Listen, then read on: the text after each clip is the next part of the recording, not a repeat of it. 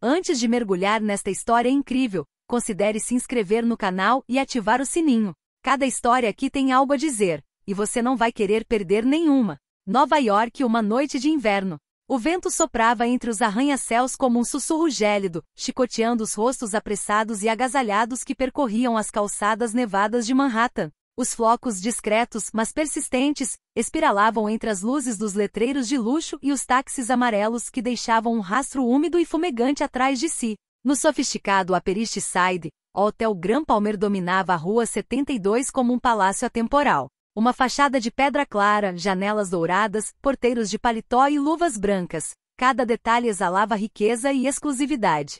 No interior, o piso de mármore branco refletia-se nos lustres de cristal que pendiam como constelações congeladas. O silêncio reinava abafado, disciplinado pelo luxo.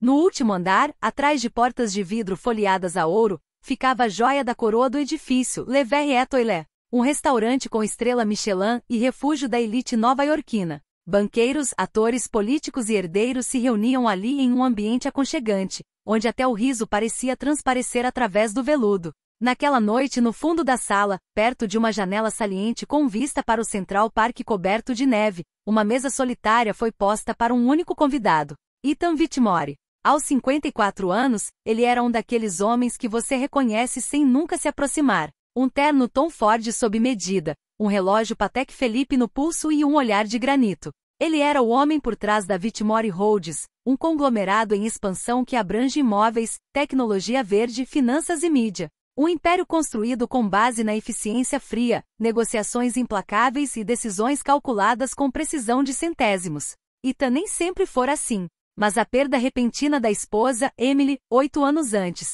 em um acidente de carro a algumas ruas de distância, congelou o que restava de sua ternura. Desde então, ele se refugiou em uma solidão rica, porém vazia. Possuía tudo, exceto a vontade de viver. Nenhum herdeiro. Nenhum sorriso à sua espera na porta. Apenas números, reuniões e copos de uísque envelhecido no silêncio de seus aposentos com cortinas. Naquela noite, ele não estava comemorando nada. Havia cancelado uma reunião com um fundo soberano asiático, uma decisão que teria abalado o mercado de ações, mas não se importava.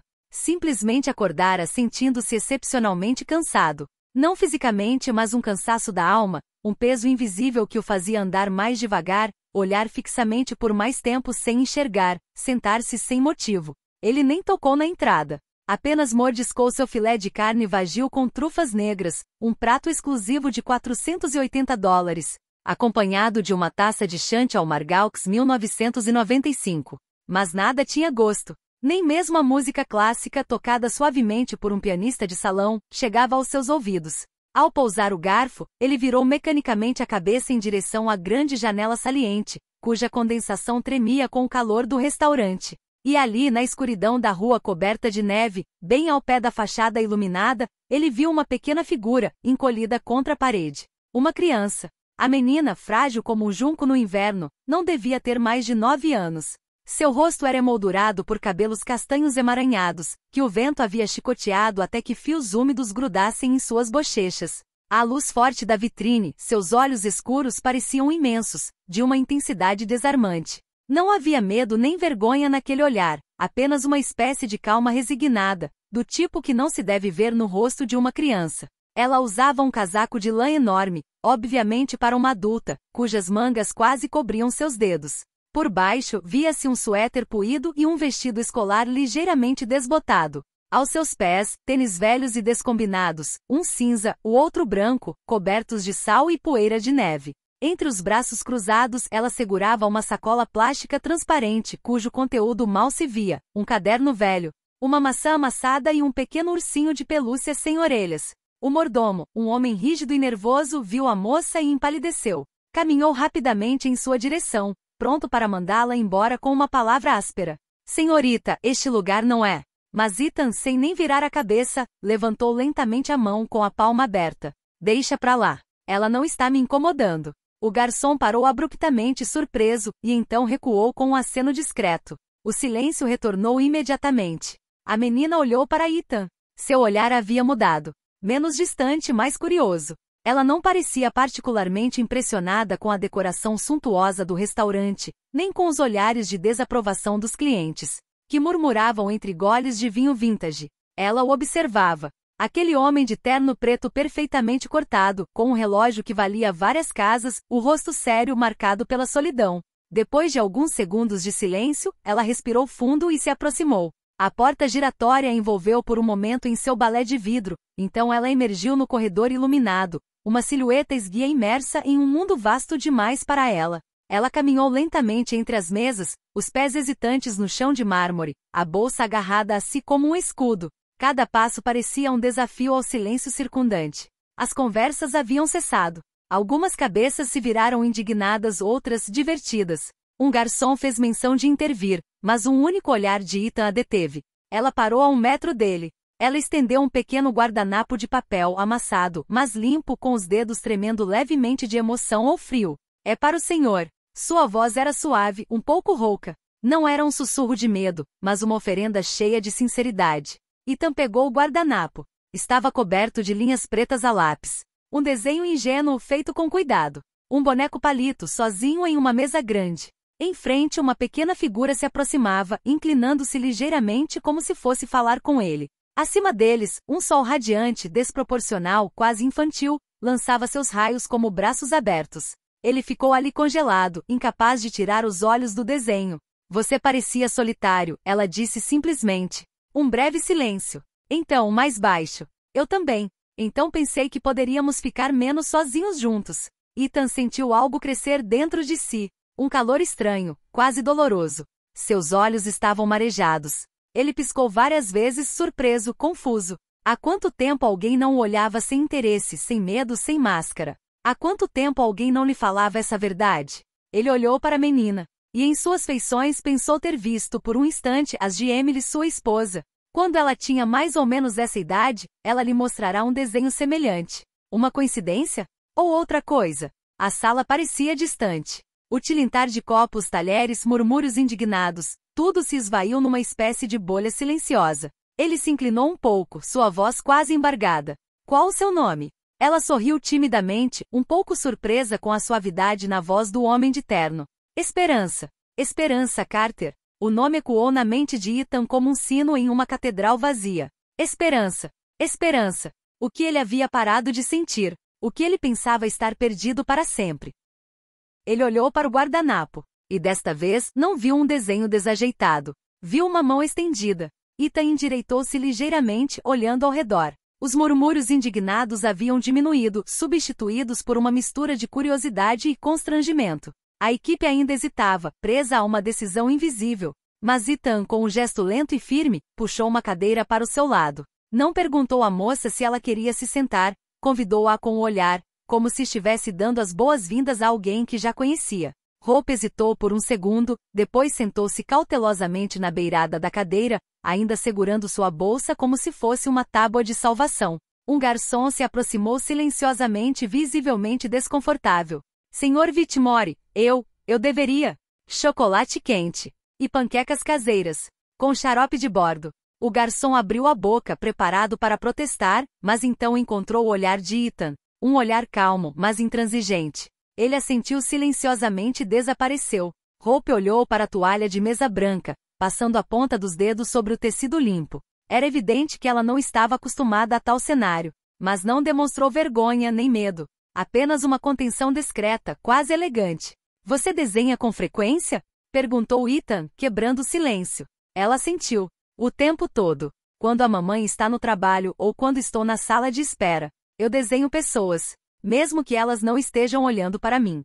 Por que as pessoas? Ela olhou para ele. Porque os rostos falam, mesmo quando não dizemos nada. Um silêncio. Ethan respirou fundo lentamente. A resposta foi precisa demais. Muito penetrante. Ele desviou o olhar por um instante para esconder a emoção crescente. O chocolate quente chegou fumegante em uma xícara de porcelana branca com detalhes dourados. As panquecas, fofinhas e douradas, exalavam um aroma doce e reconfortante. Os olhos de Hope se arregalaram. Eu nunca comi isso em um restaurante de verdade. Então, esta noite, você é meu convidado de honra. Ela sorriu, um sorriso sincero, tímido, mas sincero. Então comeu, dando pequenas mordidas como se não quisesse estragar o momento. Entre uma mordida e outra, ela falou. E o que ela disse fez o coração de Ethan doer. Ela morava com a mãe Raquel Carter em um abrigo temporário no Bronx. Após a morte do pai, um ex-soldado que retornará doente de sua última missão, a vida desmoronou. Raquel vendeu tudo o que possuía para pagar os cuidados dele. Mas a doença venceu. Ele morreu numa tranquila manhã de outono, mas não deixou nada além de vazio e dívidas. Desde então, Raquel trabalha dia e noite, fazendo limpeza em um hospital pela manhã, no turno da noite em uma casa de repouso, às vezes dormindo apenas 2 horas entre os turnos. Hope, por outro lado, muitas vezes passava os dias esperando, desenhando, torcendo. Ela não reclamava. Parecia ter aceitado a vida como uma fase, não um fim. Mamãe sempre diz que o dia vai chegar, que as coisas mudam. Eu acredito que as coisas mudam quando você as desenha. Primeiro na sua cabeça, depois no papel.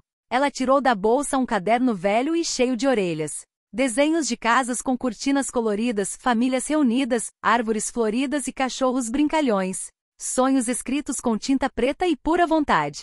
Ethan sentiu algo se romper lentamente dentro de si. Uma barreira interior. Um muro que ele julgava indestrutível. Não sabia mais o que estava comendo, nem mesmo onde estava. Não chorava há anos, nem mesmo no funeral de Emily. Mas então, sem aviso, uma lágrima rolou silenciosamente por sua bochecha. Ele pigarreou discretamente, levantou-se e chamou um carro. Não podia deixar que aquela noite terminasse apenas como uma anedota. Não desta vez. Ele acompanhou Hope até o abrigo onde ela morava. Um prédio em ruínas, iluminado por uma lâmpada fluorescente piscante. A porta se abriu e revelou uma mulher com feições tensas e um olhar preocupado. Raquel Carter. Ao ver Ethan Whitmore, ela inicialmente pensou que ele estivesse enganado. Tentou recusar educadamente a ajuda dele, mantendo-se ereta apesar do cansaço visível. Senhor, eu não quero caridade. Estamos bem. A esperança só tem um pouco de imaginação às vezes? Ethan olhou nos olhos dela. Isso não é caridade, senhora Carter. É uma dívida. Sua filha me devolveu algo que eu pensava estar perdido, um coração. Ele simplesmente se ofereceu para levá-las para jantar em algum lugar quente e passar alguns dias em uma suíte no Hotel Palmer enquanto ele cuidava do resto. Raquel concordou relutantemente, vendo os olhos da filha mais brilhantes do que nunca. Naquela noite, Ethan não dormiu. Sentado em sua biblioteca com a maleta à sua frente e iluminada pela luminária de mesa, ele a contemplava como se contemplasse um artefato sagrado. Os traços ingênuos do desenho pareciam vibrar. Sua esposa, Emily, desenhava da mesma maneira quando se conheceram na universidade. Ela disse que seus desenhos a curavam das ausências do pai, que era militar. A semelhança era incrível. Incrível e reconfortante. No dia seguinte, Ethan voltou. E nos dias seguintes também. Discretamente, ele contratou um advogado especializado para regularizar a situação de Raquel. Contatou uma escola de arte para crianças no Brooklyn e financiou discretamente a mudança para um apartamento bem iluminado. Mas ele não parou por aí. 2 meses depois, ele lançou a Fundação Hope e Emily, em homenagem a 2 mulheres que trouxeram luz de volta à sua vida. Uma fundação dedicada a apoiar mães solteiras, financiar moradias de emergência e oferecer acesso gratuito à educação artística para crianças. E quando lhe perguntaram, durante uma coletiva de imprensa, o porquê desse nome e desse gesto inesperado para um homem tão discreto, ele simplesmente respondeu: porque um dia uma menina me deu uma toalha, e eu reencontrei minha humanidade. 3 anos depois, o Brooklyn estava banhado pela luz dourada de uma suave primavera. As cerejeiras no campus da Escola de Artes Visuais de Nova York estavam começando a florescer, e os alunos, com pastas debaixo do braço, corriam para seus estúdios. Hope Carter, agora com 12 anos, dava seus primeiros passos como aluna de pleno direito. Mais alta, mas ainda com aquele olhar profundo, aquela calma luminosa nos gestos. Usava agora óculos finos, uma mochila cheia de cadernos de desenho e um discreto pingente no pescoço, um pequeno sol gravado que Ethan lhe dera no dia em que fora admitida. Suas obras, uma mistura de realismo poético e desenho narrativo, foram notadas em uma exposição para jovens. A emoção que ela transmitia em suas cenas urbanas, povoadas por figuras solitárias conectadas por objetos simples, tocava a todos que as observavam. A esperança traçou a conexão, o reparo invisível entre os seres. Raquel Carter, sua mãe, também havia reconstruído sua vida. Com os recursos e o apoio discreto de Ethan, ela concluiu um curso de gestão social e agora era diretora assistente de um grande centro de reabilitação para mulheres. Ela irradiava uma força silenciosa. Em seus olhos, podia-se ler o cansaço de uma batalha travada, mas também o orgulho de tê-la transformado em vitória. Ethan Whitmore, enquanto isso, havia deixado tudo para trás. O arranha-céu onde ele reinará era agora uma lembrança. Ele agora morava em um apartamento mais modesto em Tribeca, cercado de livros, plantas e objetos simples, mas significativos.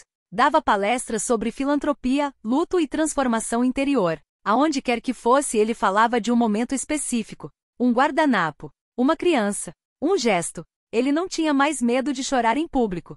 Suas palavras tocaram aqueles a quem o dinheiro nunca alcançou. Ele havia se tornado um homem completo novamente. Naquela noite, no amplo salão envidraçado da Fundação Hope e Emily, mais de 200 convidados se reuniram para a gala anual. O local havia sido projetado como um espaço vibrante e iluminado, com paredes adornadas com desenhos infantis e frases escritas a giz em grandes quadros negros. Hope, usando um vestido azul meia-noite simples, mas elegante, subiu ao palco pela primeira vez. A sala ficou em silêncio. Ela respirou fundo e levantou a mão. Ao seu lado, um membro da fundação retirou um lençol branco de uma moldura. Sob as luzes quentes, um objeto simples mas marcante surgiu. Um guardanapo de papel, cuidadosamente emoldurado em vidro antirreflexo. Com um pequeno boneco palito sentado sozinho, e outro se aproximando. Acima deles, um sol com raios longos. Hope falou com uma voz clara, mas vibrante. 3 anos atrás eu era uma garotinha desenhando no frio, esperando que algo mudasse. Eu não sabia que esse algo usaria um terno e se chamaria Sr. Whitmore. Ela fez uma pausa. Uma risada suave percorreu a sala. Ele me disse um dia que eu havia lhe devolvido o coração. O que ele não sabia era que havia me dado um mundo. E uma família. Ela voltou o olhar para a primeira fila. Ethan, sentado ereto, com as mãos entrelaçadas no colo, tinha lágrimas nos olhos. Um sorriso gentil surgiu em seu rosto. Um sorriso que poucas pessoas já o tinham visto exibir. Lágrimas escorriam pela sala. Mulheres, homens, frequentadores, ex-moradores de rua. Todos viram suas vidas transformadas por esta fundação, pela história que a tornou possível. Naquela noite não foi uma festa de gala. Foi uma homenagem viva ao poder dos pequenos gestos. Enquanto a plateia se levantava para aplaudir, Hope desceu do palco. Ethan também se levantou. Eles ficaram no centro do corredor. Ela estendeu os braços. Ele a abraçou com infinita gentileza, como um pai. Como um homem que esperou a vida inteira por este momento sem saber. No hall de entrada da fundação, perto da recepção, a toalha ainda está lá. Protegido por vidro, em uma moldura de madeira esculpida à mão. Logo abaixo, uma placa discreta, gravada em ouro fino. Basta um pequeno gesto para reparar um grande vazio. Em memória de uma noite de inverno e do que o amor inesperado pode construir.